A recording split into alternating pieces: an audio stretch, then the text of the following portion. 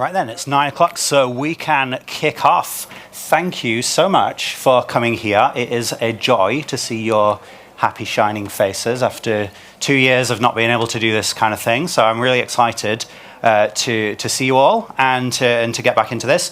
So my name is Steve, and I work at Microsoft. I'm on the ASP.NET team, and one of my main focuses is this thing, Blazor, which I'm going to be here to talk to you about today, particularly about stuff that we've been doing in .NET 6 and maybe some slightly further ahead things than that. So Blazor is a UI framework for .NET, for building web-based UIs, if you didn't already know, and it's going really well as a project. It's one of the fastest growing parts of .NET, and we've done a lot of work on it in .NET 6. We've shipped an absolute mountain of new features.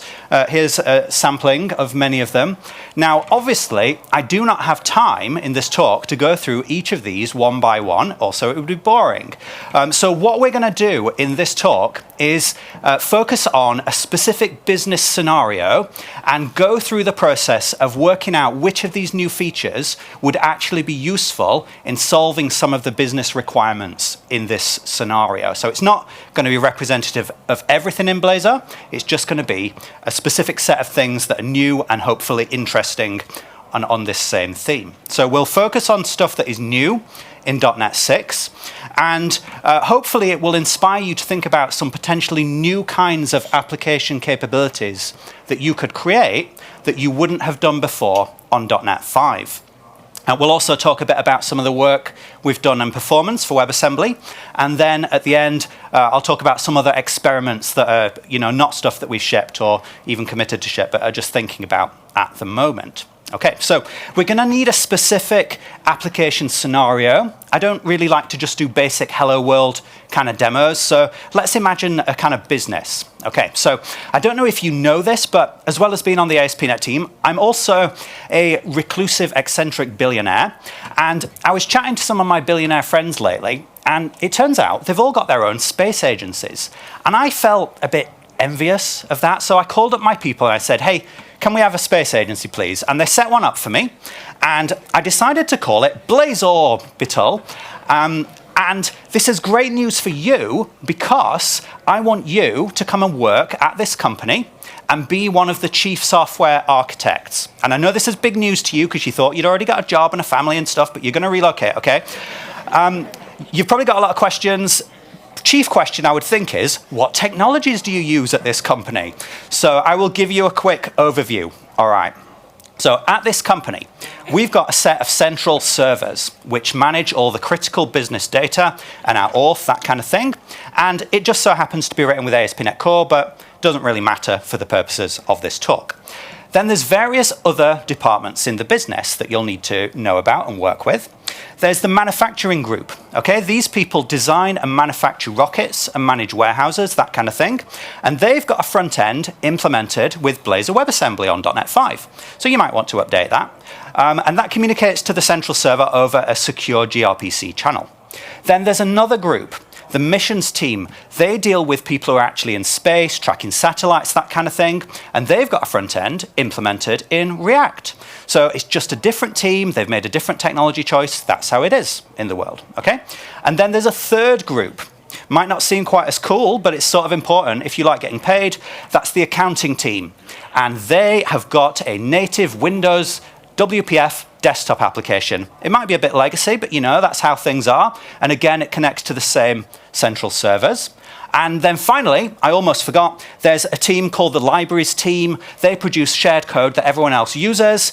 And for their own mysterious reasons, they will only work in Rust. So you're going to have to deal with that, whether or not that's convenient to you. Okay, so you are going to be working on the manufacturing hub part of our software suite, which is the Blazor WebAssembly application. So let's imagine that you take this job, all right? And you've been working on it for like a year or something like that. You've been having a good time. The technology is good. You've got an incredible CEO, so you're pretty happy. But one day I come to you and I say, hey, I've got a new business requirement for you, okay? We've been having some trouble in the warehouses knowing what's in stock and where it is and how much it should be billed for and things like that. So I need you to create a new inventory management system. And I've got some requirements for you. Firstly, it needs to support some very fast and powerful querying so we can quickly see what's where, all right? But while you're doing that, you are not allowed to put any new heavy load on the central servers because they are already busy enough, right? Now, thirdly, this is a space agency. So we need to tolerate failures. A network connection could go down during a mission, and you need your application to keep on working, including the querying, even if the network is down, okay? Fourthly, I don't just want to see this in the Blazor application. We also need this in the React application and in the WPF application. I've no idea how you're going to do that, but you're the developer, so you go and figure out, please. And then finally, we need to print out these shipping labels in the warehouses. But don't worry, the Rust team has already created a library for generating QR codes. So please integrate that into your software. Again, I don't know how you're going to use Rust. You figure it out. All right? So those are your requirements. So let's have a go at doing some of that. And we'll see if some of the new features in .NET 6 will help you deliver on your goals. So let's switch over to Visual Studio. And I've got a fairly predictable kind of solution here where I've got the central server and some other projects, and I've got my manufacturing hub application. We'll just start that in a browser and see how it looks before we start getting into any code. Okay, so it's a pretty typical kind of Blazor WebAssembly application, this is. And of course, you're going to have to log in because the central server won't talk to you if you don't give it any auth tokens. So let's log in like that. And now we're logged in, we can access some data on the central server, which has given us these statistics about stuff that's happening in the warehouse. Okay, so that's all very well, but we don't actually care about any of that right now. What we care about is this inventory screen over here. So this is where we're going to build the new warehouse management UI. And remember, we need to be able to have fast, powerful querying that works offline and doesn't put load on the server. So we're going to need some kind of client-side, offline capable database. Now, wouldn't it be nice if we could use the leading tool for working with relational databases on .NET Core, which is Entity Framework Core? And wouldn't it be nice if the database behind that was something robust and industry standard and battle tested like SQLite? Well, you could try and do that on Blazor WebAssembly in .NET 5, and it would not work. And I will show you why it will not work, okay? Let's have a look at a little bit of code. So here is the component that we were just looking at there, the inventory page. Okay, so I've got a bit of code in here already, which is going to try and use the F-core. So first, it's going to create a database context that defines the shape of the database, and it says that we're going to use SQLite as the underlying backend. And then we've got some code that will try to create a database with ensure created async.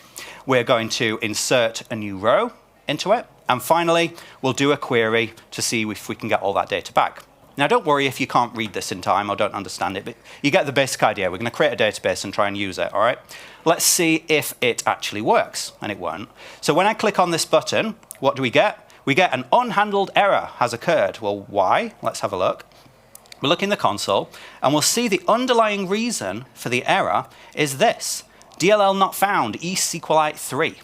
Well, this makes sense, actually, because SQLite is native code. It's written with C, and although you can compile it into a DLL, you can't load random DLLs into a web browser. The browser sandbox WebAssembly does not allow you to load random native code like that, so it's not going to work. But a feature that we are adding in .NET 6 called native dependencies means that we can overcome this problem. So with .NET 6, if you can compile something to WebAssembly, you can now link it in with your Blazor WebAssembly application and then call it like any other native library. So let's see if we can make SQLite work for us. So we're going to have to try and compile it to WebAssembly. And I've got over here the source code for SQLite 3, which is one giant C file. Believe it or not, that is how they distribute it, which is fantastic. It's such an easy way of making it portable across different operating systems and different compilation systems. So I'm going to compile that using the Emscripten C compiler here. I'm going to compile that to a shared library called eSQLite 3, whose name might be familiar to you from this previous error message over here. All right, so if we have a look again in this directory, you'll see we've now got eSQLite 3.0, which actually contains WebAssembly bytecode, and we're going to link that into our application. So let's go to the project file here, and don't pay attention to the rest of it, because it's just more stuff that you can read and understand. The important point here is we're referencing the Entity Framework Core SQLite package, and next to this, although I could put it anywhere, I'm going to put this new thing called native file reference. Okay? And that is telling the compiler that I want to include this eSQLite 3.0 file that we've built in the compiled application. Right, now, because I've done that, the next time I build, it takes a little bit longer to build because it sees that the native dependencies have changed and it has to relink stuff and re-optimize and so on. But when it's done that, the application will reload. And let us see what happens when we click the button this time. Do we get an error this time? The answer is no. We do not get an error. It now actually works. It now really uses EF Core inside the browser. It really has an actual SQLite database. So that opens up some interesting new possibilities for us. So let's imagine that you do a few more days of work now based on this new power, and you write some code that is going to fetch data from the central servers and synchronize it into this client-side database. And you start working on a little bit of a grid UI to display it as well. Now, we don't have time to go through that step by step. So what I'm going to do is I'm going to just jump forwards in time slightly to the point where you've got a basic version of this already. Okay, so I'm going to hit save on that. And the first thing we'll notice is that the hot reload system jumps up and says, hey, looks like you changed your code there, but you made so many changes, I can't hot reload that.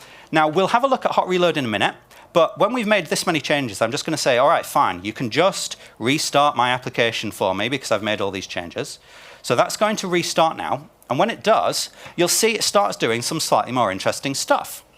So it's now fetching this data from the backend and synchronizing it into this client-side database and displaying it in a little grid. You can find all the source code for this on GitHub. I'll give you the link to it later on. But the stuff I really want to emphasize to you is that this is a virtualized grid. So even though we're working with quite a lot of data here, we've got 100,000 items in here, I can still just instantly scroll to any part of that list that I want to. It's as if the data is already there in the browser, because it is. It's inside the SQLite database, so we can just query it locally and put it into the virtualized UI instantly, even with very large volumes of data. Okay, that's good. Now then, let's have a go at making some other changes to our code, and I'm going to just reorganize the screen a little bit so we can experience a bit of hot reload while we work on this code. So, I'm not very happy with the way this price is displayed. Actually, let me just change the scroll position and sort order like that. All right. So I'm not super happy with this because these numbers, like this number here, that's just mad. What is that? Let's change the formatting a little bit. So I have got this template column here, and I can make some changes to it. And hopefully, when I make changes, they will automatically show up in the browser. Okay? So I'm going to say, firstly, let's display this with currency formatting. Okay? So using .NET's currency formatting feature, I'm going to press save on that. And when I do, hot reload kicks in, and you'll see it now instantly starts changing to show this stuff in British pounds. But we haven't lost the scroll position or the sort order or anything like that. It's all just retained. So that's good. But it's also wrong because these are meant to be the price in cents, and yeah, I'm saying they're pounds. That's pretty weird. So let's change that. I'm going to get rid of this, and I'm going to pretend that they're dollars. So I'm going to put a $sign at the start there, and we'll save, and then that updates. That's nice. But it's still wrong because these are the price in cents and not dollars. So let's divide that by 100, hit save again, and that makes slightly more sense now. But I still want to format it a bit better than that. I want it to have comma separators in between the different groups. So I'm going to say I'll do that to string as a number with 0 decimal places. I'll hit save, and again it updates, and the formatting starts to make a bit of sense now. That's good.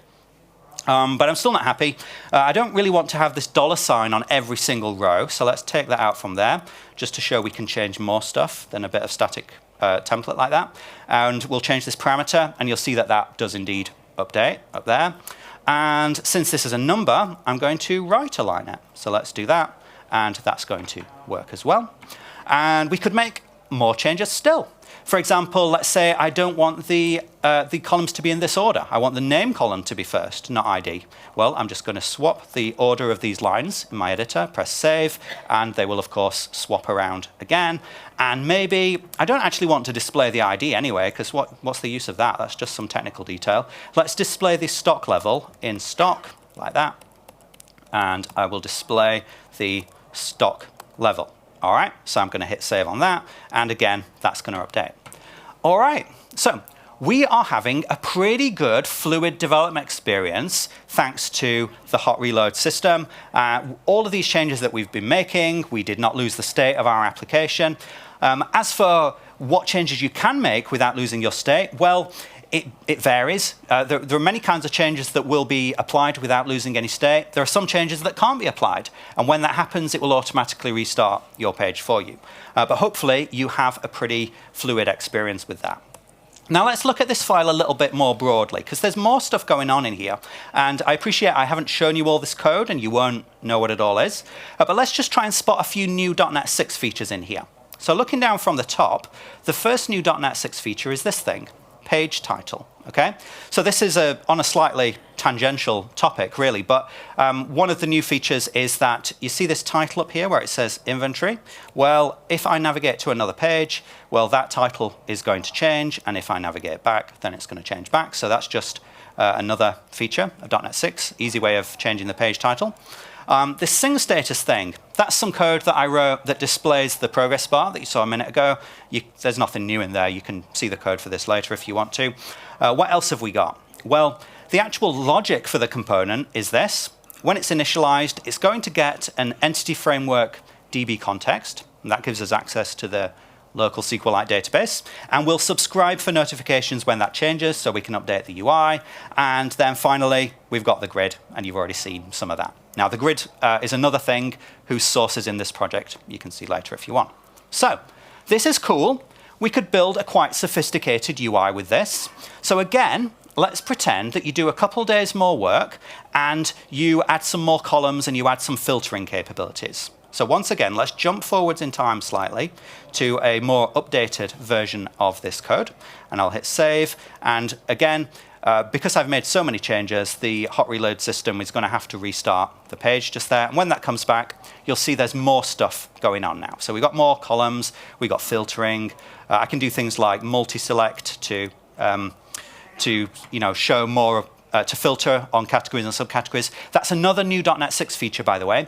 If you bind to an array, then that automatically works with multi-selection. Didn't before, but it does now. What else have we got? We've got something like filtering as we search. As I type, then you see that just updates. I'll show you how that works in a minute. And then finally, what about filtering by stock level? I've got these sliders, and as I move the slider, what happens? Oh, nothing happens, nothing whatsoever. What's going on? Have we got a bug in the code? Well, no, I deliberately just didn't implement this because I wanted to show you how it's implemented to give you a bit more of a sense of what's going on here. So how does this work, or why does it not work? Well, let's have a look at the source code. Well, what we've got now inside our markup here, inside this stock column, we've got some options for that. And we've got these HTML range sliders. And that uses normal Blazor syntax to bind the value of this slider to a C# field called minStock. All right, what's that? Well, that is defined down here. I've got minStock and maxStock that have got particular default values. And we want to include those values in the query that we do against the SQLite database. Where is that query defined? Well, it's defined here as this big property. And you can see it uses a standard iQueryable, which is the .NET way of building up a query. And then that can be translated automatically by EF Core into a SQL query that hopefully will be reasonably efficient. And we can use normal procedural logic to build up that query. And you see we're including the category, subcategory, and name. But we have not included the stock level. So that's why it's ignoring the stock level. So let's put in the logic for that. All right, so let's just paste that in. If you've given us a stock level, then we'll have a where clause for the min stock and maybe for the max stock as well. All right, let's see if that actually works then, shall we? We'll go back into our browser, here. And now, if I move these range sliders here, you'll see that the querying happens in real time while I move the slider. If you see that number in the bottom left, see how that's changing as I move it? And this is a pretty awesome developer user experience. Actually, you don't normally see this kind of thing on the web because it would normally be impractical to be, hitting the server with queries at 60 frames a second. But when you've got a client-side single user database, you can just do this kind of thing. It's fine. Like, the performance is going to be fine because the worst thing that can happen is that one user slows themselves down. They can't slow anyone else down by issuing too many queries. So, you can do this kind of thing, which is pretty cool. All right, so let's recap where we are on our roadmap here. We've implemented some fast and powerful querying, and we've done so without putting any heavy load on the server, because we're just synchronizing changes from the server, and after that, we don't even talk to it. Okay, so that's pretty good. Right then, what about these other things? Let's start with that one at the bottom, the QR code from the Rust team. What's that? Where's that going to go, and how are we going to use it? Well, let's open up one of these things. Let's open up this support ramp, which sounds very exciting. This is the stock label that people need to be able to print out. And you can see it's got this gray box in it. And that's where we want to display a QR code. Right, so let's see. I've actually started working on a component that displays QR codes already. This is a normal Blazor component. And it wants to display stuff using an HTML canvas, where it can paint the QR code. And it's going to get that QR code by making a call into this function called generate QR code, which itself is being imported from a DLL called librustqr. So I think hopefully you'll get a sense of how this is going to fit together now. We're going to write a bit of Rust code that creates a DLL, and then we're going to link this in with our Blazor WebAssembly application, and then we'll be able to call Rust code directly from our .NET code. In fact, I've already done that. So I'm just going to uncomment this line, and you'll see it happen. So let's just move this over here and this over here, and yeah, that's good enough. All right, so when I uncomment this and I press save, hot reload will happen, and you can see it now actually does call into this Rust library, and a QR code shows up, which is cool. But how does it work, and why is it blue? That's pretty weird, isn't it? QR codes aren't normally blue. So I just want to use that as an excuse to show you the Rust code, basically.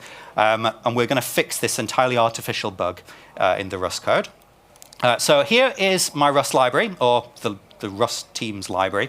And how does it work? Well, if you don't know Rust code, obviously it's going to look a bit unfamiliar to you, but don't worry about that. It's pretty straightforward.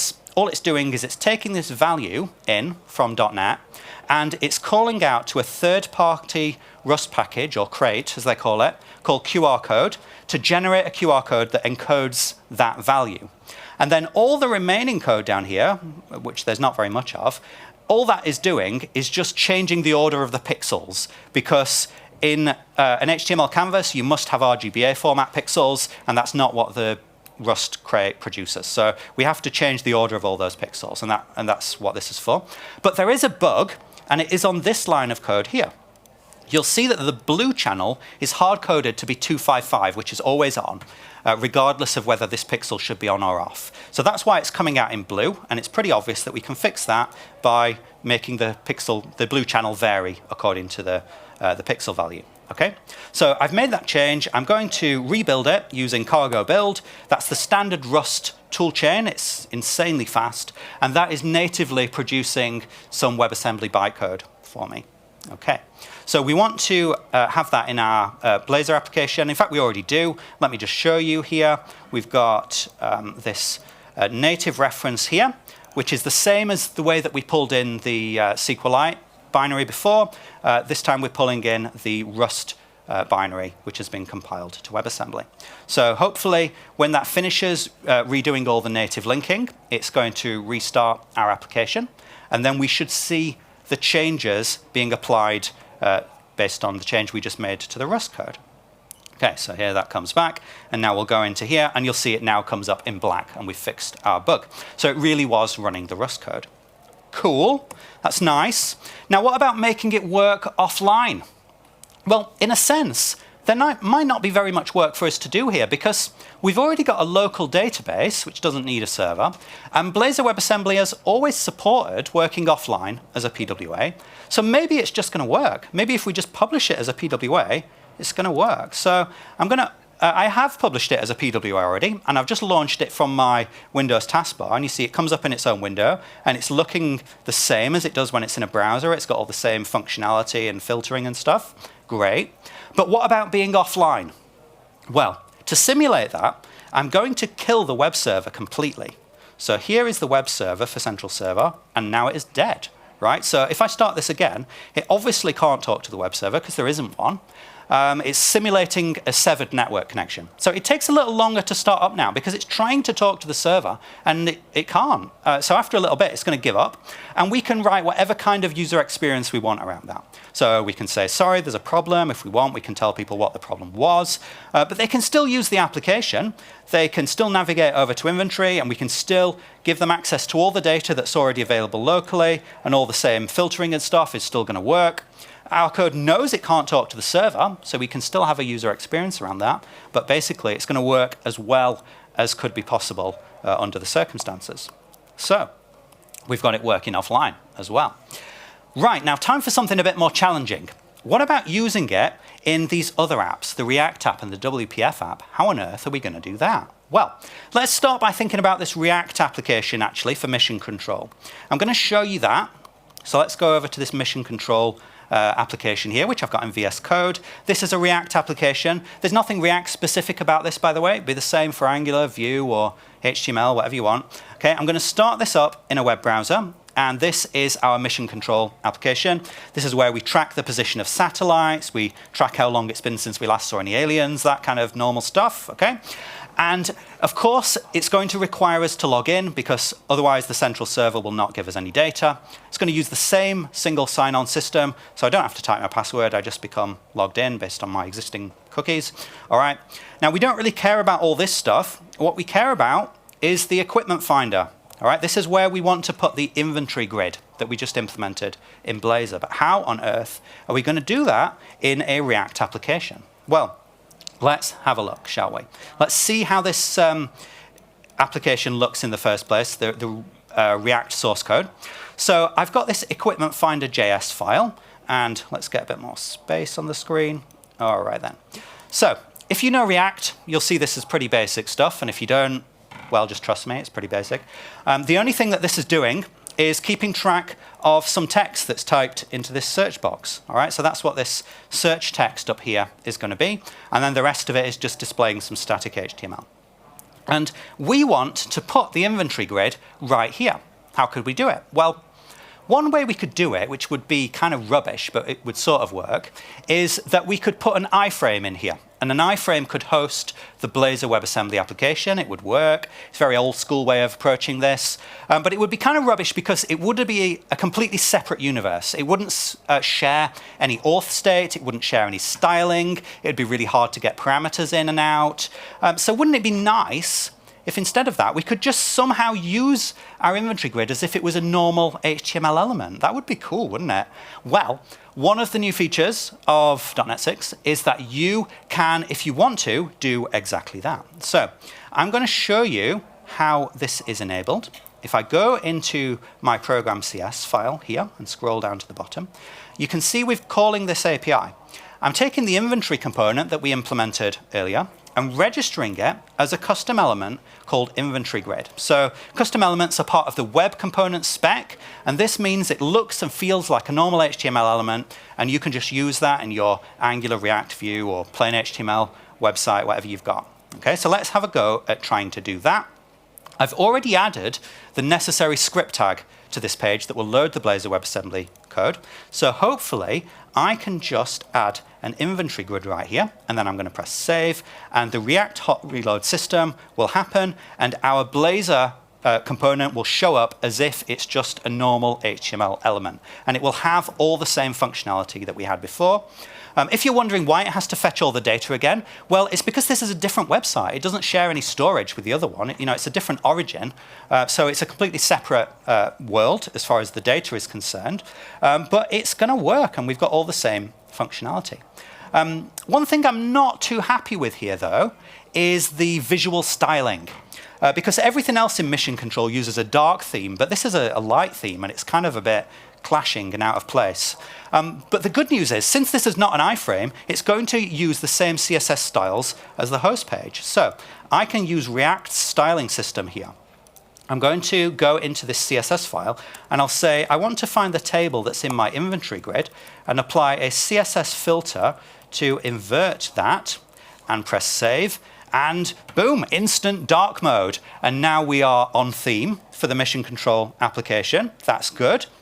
But one other thing is still not working.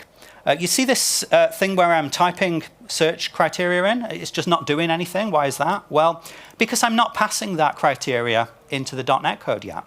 Now, inside the inventory grid, if you look in the Blazor code, we've got a parameter called search name, which we can pass in.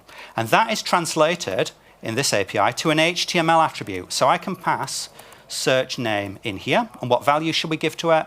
Well, we'll give the value that you've typed into your text box. So I'll press save. And now, again, the hot reload system happens, and our query is applied. And just instantly, now as we type, that will be applied directly from the React text box into the Blazor application. Cool, pretty good. Now, I don't know if you've noticed, but we've been using the React hot reload system there, and it's retained the state of the React application as we did that. It's also retained the state of the .NET application as we did that. So that's pretty neat. But what would happen if we changed the .NET code? Would the hot reload system for .NET work in this environment? Well, let's try it, shall we? So what are we going to change? Well, it's a bit arbitrary, but let's just change this column title just for the sake of changing something. I'm going to change it from category to cat name, just to change something. And I'll press save on that and get a strange message. But nonetheless, you'll see that the hot reload system has actually worked. So the .NET hot reload has worked inside this React application, preserving the state of both the .NET code and the React code, as well as the React hot reload system also working together in one application, which hopefully means that you can be pretty spectacularly productive, and I can give you a promotion, and we're all happy. All right. So we've got our Blazor code running inside a React application. That's nice. But what about putting it in a WPF app? Is that even harder, maybe? Because with React, at least it's running in a browser, but WPF, it's not even a web browser. How on earth are we going to display a Blazor component in that? Well, let me show you. In fact, I've already got this working, and I'm just going to show you that it's working. So I'm going to set this accounting application as my startup project and run it. And this is going to use a feature that we haven't actually shipped in .NET 6 yet, so I'm cheating a little bit here. But as part of the MAUI release next year, we are creating the ability to host Blazor components inside native desktop and mobile applications for Windows, Mac, iOS, Android, and also for WPF and WinForms. So here's a WPF application. It's got all this boring accounting stuff in it. But when I move over onto the inventory page, what are we going to see? Well, we're going to see our Blazor component. The first thing, it's going to demand that I log in because, again, the central server won't talk to us otherwise. But once I've done that, exactly the same stuff is going to work as we had before. And this is really the same code, literally the same thing where we just changed cat name a minute ago is right there inside our WPF application, and it's got exactly the same functionality. Now, how does that work? Well, the API for embedding a Blazor component is going to be different depending on whether you're doing WinForms, WPF, or MAUI. In the WPF case, which I don't know whether you care about or not, but let me just show you anyway. WPF is based around XAML, so excuse me, we've got XAML API for that, and it looks a bit like this. So we've got this Blazor web view, and what that's going to do is create a small web browser instance that lives as part of the WPF control hierarchy, and then it's able to insert one of our Blazor components. In this case, we're inserting the inventory one. And if you're wondering, is this WebAssembly or is this Blazor server? The answer is no, neither. This is just Blazor, okay? It's running your Blazor component directly on the native .NET runtime within this application. Not WebAssembly, not server, it's just Blazor on .NET, okay? So it's a relatively simple and highly performant system. And one last thing, if I click on one of these, you'll see this QR code comes up. Now that might be a bit baffling at first because remember, we compiled the Rust code to WebAssembly, and this is not WebAssembly, this application. So how is this Rust code working inside Blazor, inside WPF? Well, the answer to that is, if you've got a native library, you need to compile it to each of the native platforms you want to support. And in this case, I've compiled the librust QR both to WebAssembly and to a native Windows binary. And so when we use an API like this, DLL import, it's going to work the same everywhere. This is an important thing to illustrate that we want the programming experience to be the same, whether you're doing WebAssembly, Server, MAUI, anything else. If you're using something, even an advanced feature like DLL import, it should work the same and do the right thing on each platform that you're running on. All right, so we've completed all of our goals and we can go home for the weekend and feel good about ourselves. But let's change the subject a little bit and think now about performance. Okay? We've not really thought about that in this talk so far. This is an area that we've done a lot of investment in .NET 6. I don't know if you know this, but .NET on WebAssembly up until now, in .NET 5 and earlier, has always been running on an interpreter. The .NET runtime is an interpreter for .NET runtime. When we compile the .NET runtime for WebAssembly, it is an interpreter. That's all I'm saying here. And that's great for your productivity and for small app sizes, but it's not always great for performance on CPU-bound code. And that is why we've created ahead-of-time compilation for this, which can hopefully improve the performance. And I'm going to give you a quick demonstration of that, a visual demonstration, even though it's kind of a silly scenario. Okay, so our crazy scenario is that we found a wormhole into a binary star system, and we want to send some satellites in to research this binary star system. So our scientists have created a simulation of satellites moving inside a binary star system here. And they've chosen to do that on Blazor WebAssembly, which is a wildly inappropriate thing to do, but they've done that anyway. Okay? And the only thing that you actually need to care about here is the fact that this all of this physics stuff here is actually C# code. It is .NET. And actually, let me just show you. I'm not going to go through it line by line. Wrong file. It's in here. All right, so it's super basic. We've got a body which has got a position, velocity, mass, and color. All right, we can make it go to a random place. We've got the satellites and some suns. We give them an initial position. On every frame here, 60 frames a second, we're going to run the physics for the suns and for all of the bodies. All right, and what does it mean to run physics?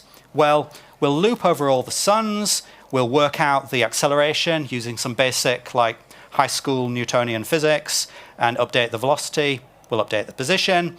And if it's gone too far away, we'll respawn it. All right, so it's basic stuff. And you just need to understand that it's written in C#. Okay, so this is an actual measure of the performance of our C# code. How many satellites can we get? Well, we've got 100 in here. Could we have 200 satellites? Yes, we could. Could we have 500? Yes, we could, and it's 60 frames a second. Okay, that's great. Could we manage 1,000 satellites? Yes. 2,000? Yes. 4,000? Yes. 6,000?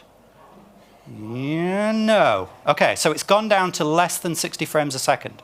It's near. Oh, okay. We can just about do 6,000. 7,000? No.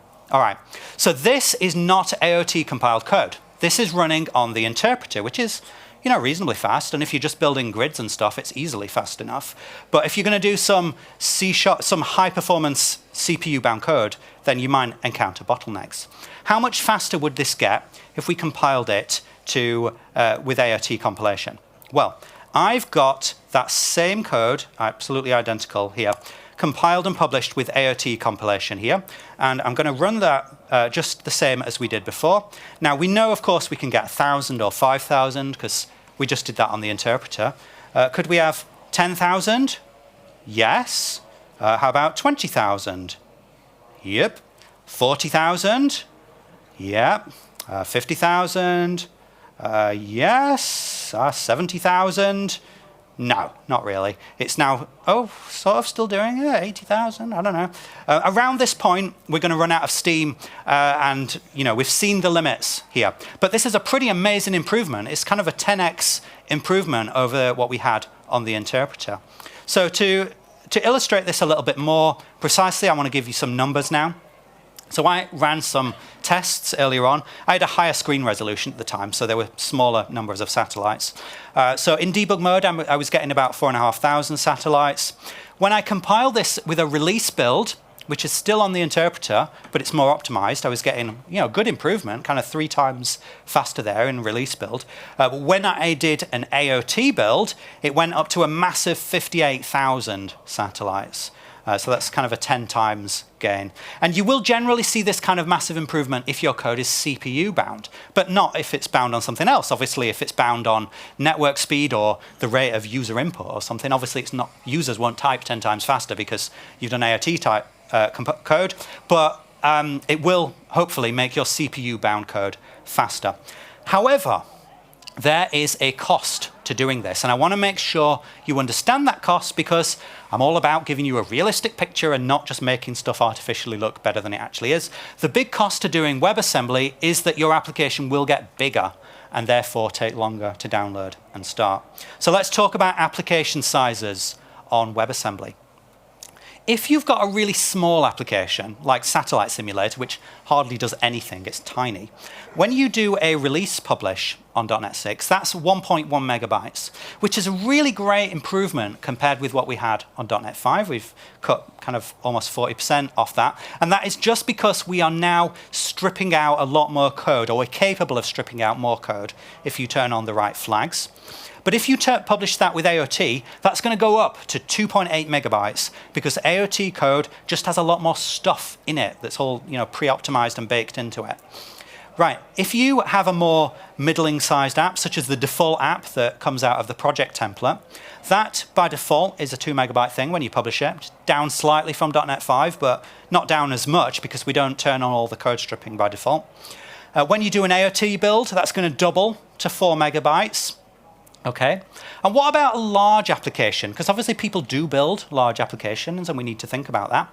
Well, Manufacturing Hub is an example of that. And you might be thinking, no, it's not a large application because that's just a demo. You built it in like a week or something. That is not a large app.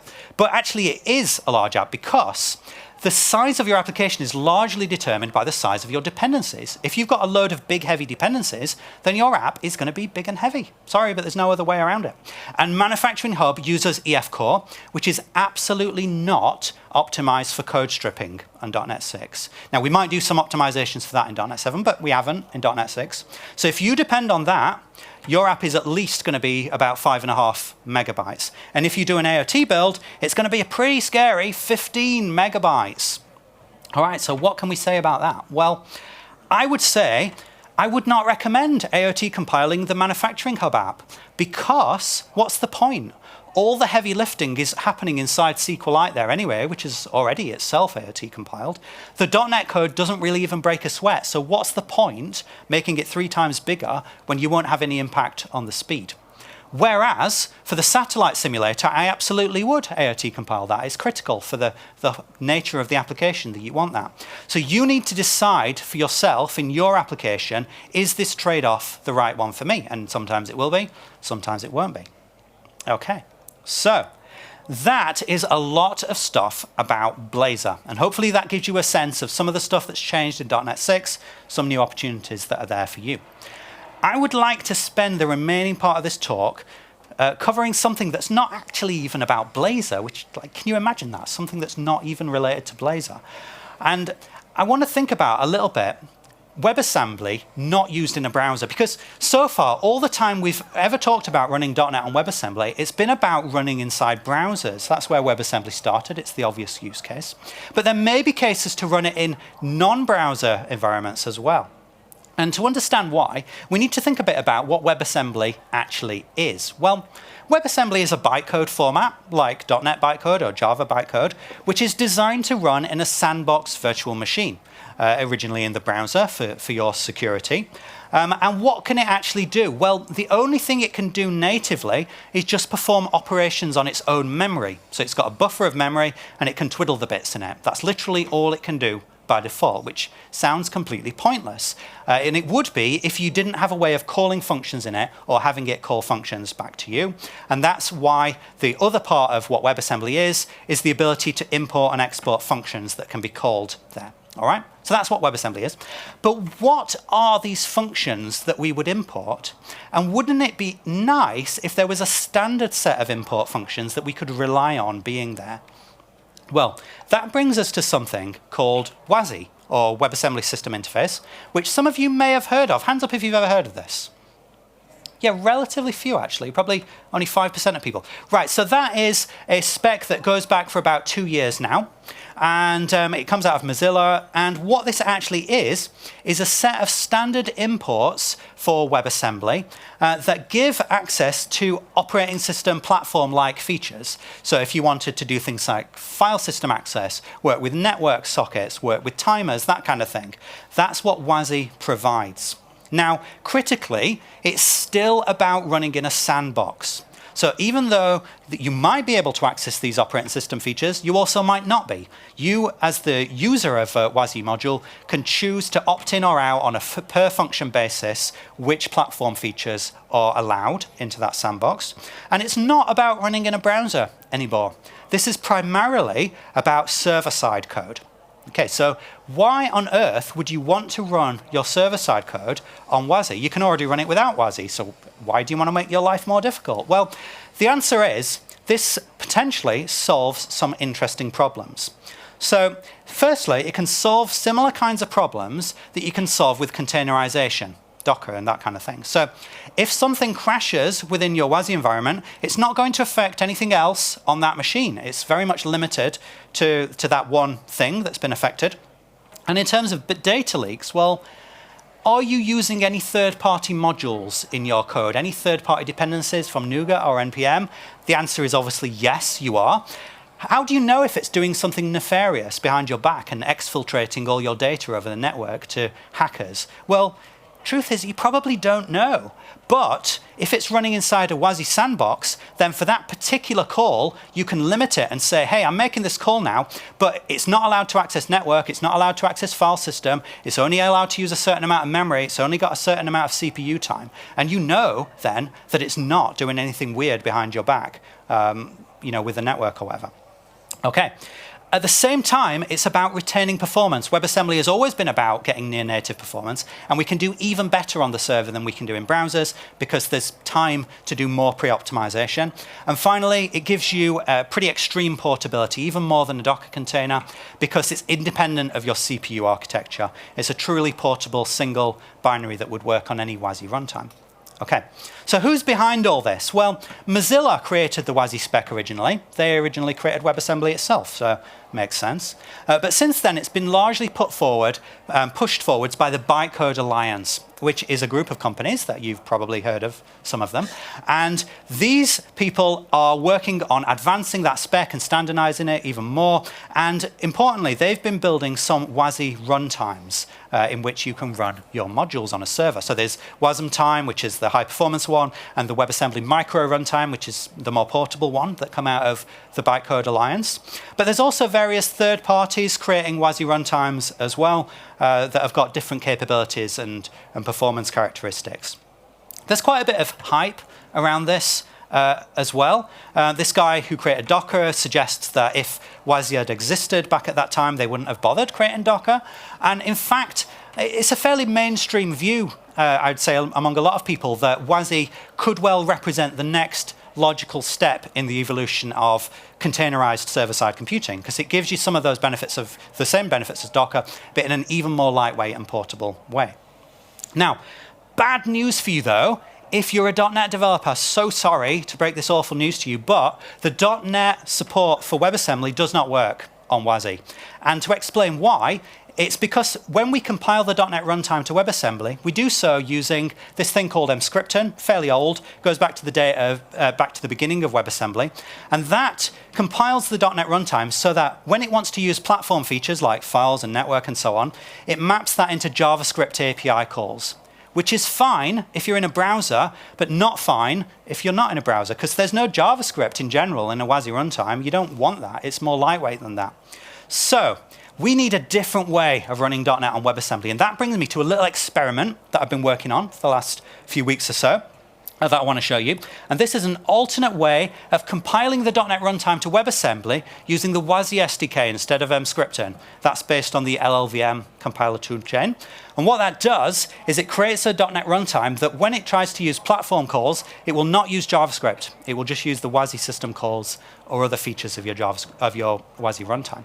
Now, this is just an experiment. There's absolutely no specific plan or commitment to make a product out of this, but I just want to give you a sense of how this could be and what sort of thing we could do with it. So let's see it, shall we? OK, so I want to run some .NET code on WASI, and I'm not going to run any exciting .NET code. It's going to be super basic stuff just to illustrate the point. It's not about the code we're running, it's about how we're running it. And to really emphasize that, the first thing we're going to run is going to be pretty basic. I think you can see what that's going to do, okay? So I want to run this in WASI now. And let's jump over to the console here, which is this one. And I'm just going to run that first. And that is actually running there. You can see it says hello from .NET. And that is running on the WASM micro runtime, one of the runtimes created by the Bytecode Alliance. Let me just prove that it really is the code that you saw in VS running. So let me change it. So let's say the time is datetime.now.toLong time string. OK, cool. And then I'm going to recompile that and rerun that in the WASI environment again. So this time, you'll see it's going to say the time is, and it gives us the time. If I run it again, it doesn't have to compile this time. It just says the time. The interesting thing here is this is just pure WASI stuff. So it's going to run in any of these runtimes. And to prove that, let's use some other runtimes, shall we? I've also got a runtime called WASM, which was one of my favorite ones. And I'm going to run this thing, .NET.WASM. This is the .NET runtime compiled through the WASI SDK, and that is going to find our .NET DLLs and execute them. Or at least it's going to try to, but it will actually fail on this occasion. If I run it, you'll see we get this error, and it says, failed to load this .NET app DLL. So why is that? Well, this illustrates an important aspect of WASI. By default, everything is locked down. You can't even touch the file system by default. And I didn't opt into giving this file system access, so it can't load and run my code. But what I can do is I can say, let's give it access to the current working directory. And when it runs, this time it will find the DLL and it will execute it, and it's nice and fast. OK, that's good. What about another third-party WASI runtime? Let's try WASM time. That's a different Bytecode Alliance one. Uses the same command line arguments, and when I run that, same thing. It's going to work. Great. OK, so we can run stuff that prints to console. Awesome. That's great. Probably going to make billions out of that. Good. But could we do something more interesting than that? Could we make a web server? Because the most common use case that people cite for WASI is networked services. So I've made this little web server. This is not using ASP.NET Core. I probably could make ASP.NET Core work like this, but I haven't tried yet. So this is just a simple little thing that's going to listen for different HTTP requests and give different output. And let me just run it first, and then you can see it. So let's go web server. Here we go. And this is going to run on WASM time. No, sorry, WASM again. And that's listening now. So I'll start this up in my browser. And you can see it's displaying the current time there. If I refresh it, it updates. Is it fast? Well, I don't know. Let's have a look at the network trace, shall we? If I reload this a few times, then you'll see it's generally always going to take about 4 milliseconds, which is exactly the same amount of time that it would take to run something on Kestrel or Nginx or something. So there's no particular overhead in doing this. OK, right. So we've got some basic .NET code running on WASI, and that's nice. But the point of this is not just to run the same kinds of code that we would have run before. If that's all you want to do, then just keep doing it in the same way. The point of WASI is to maybe write applications in slightly different ways and take advantage of it to do different kinds of things. And so to give you an example, just to give you a sense of how things could be different, I want to take a quick look across the WASI ecosystem. And imagine that you look around a little bit and you stumble across a few projects, because there's loads of projects on WASI that are doing interesting stuff. And so as an example of that, there's this thing called Lunatic, which is a slightly dubious name for their project, but what they're trying to do there is create Erlang level reliability for server-side web applications using WebAssembly. So what they're doing is, within your application, instead of just running it as a single process like you normally do, it runs as tens, hundreds, or hundreds of thousands of microprocessors, each one responsible for a separate bit of the system, and each one is separately sandboxed. It's got its own memory space and its own set of permissions, and its own ability to restart things if they break down.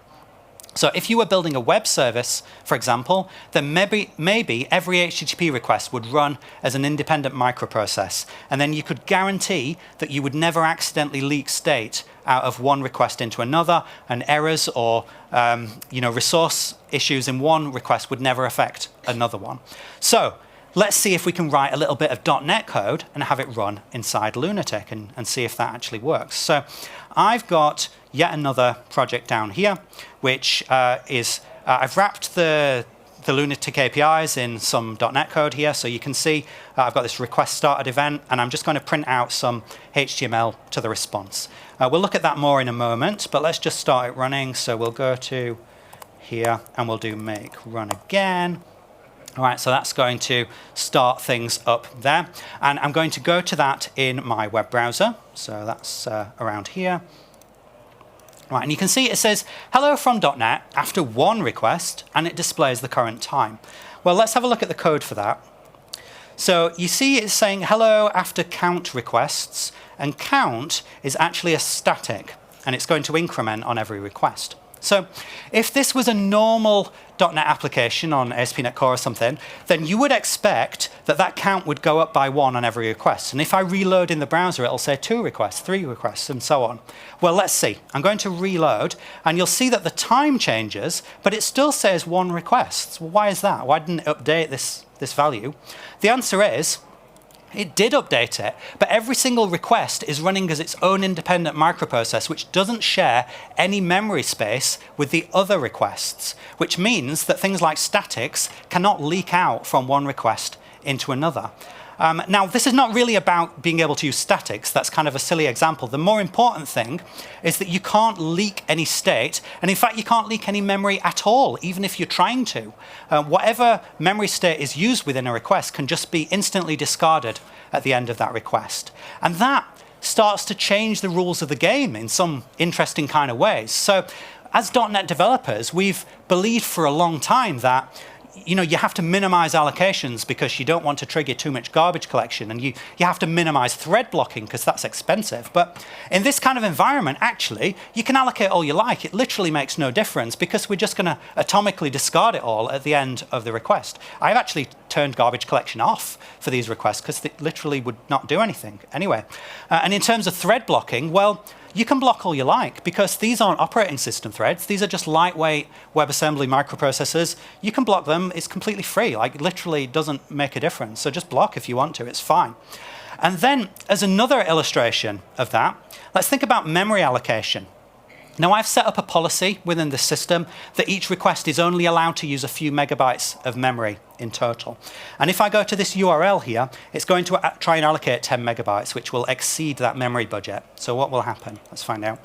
I'll go to allocate, and you'll see it says out of memory. Well, my laptop is not out of memory, and the web server is not out of memory. The thing that's out of memory is this individual request. And that's not something you would normally be able to do because normally you can't say which memory belongs to which request. But when they're in separate microprocessors, you can. And so we can impose budgets on things like memory and CPU time. We could have diagnostics that say, hey, this request uses more memory than this other request, and that kind of thing. And this really creates a new, interesting set of possibilities for how you could write web applications that are potentially simpler whilst also being safer and equally performant as before. Okay, so just to emphasize, I'm not in any way suggesting that we're literally going to ship something with Lunatic. I don't even know who creates this thing. I'm not endorsing it in the slightest. I'm just giving it as an example of the fact we can take stuff out of the WASI ecosystem, or you can, and build something interesting with it if we can run in this kind of way. So that is all we're going to have time for in this talk. To recap, we looked at some of the new features on Blazor on .NET 6. We hopefully gave you a sense that you could do some new kinds of app features with that. We looked at the performance changes with the AOT compilation, and we looked at this slightly wild world of WASI and how you could do something cool with that maybe in the future. So if you want some of the code from this talk, you can go to this GitHub repo there that I've set up, and you can get the Blazor Orbital application and all the related parts. The WASI stuff is not publicly available just yet, but we'll see about getting permission to publish that. But for now, you can get Blazor Orbital and play with that. And that's all we have time for. So I hope that's been fun and useful for you. And I hope that you have a really good rest of conference. Remember to evaluate as you go out, and have a super day. Thank you.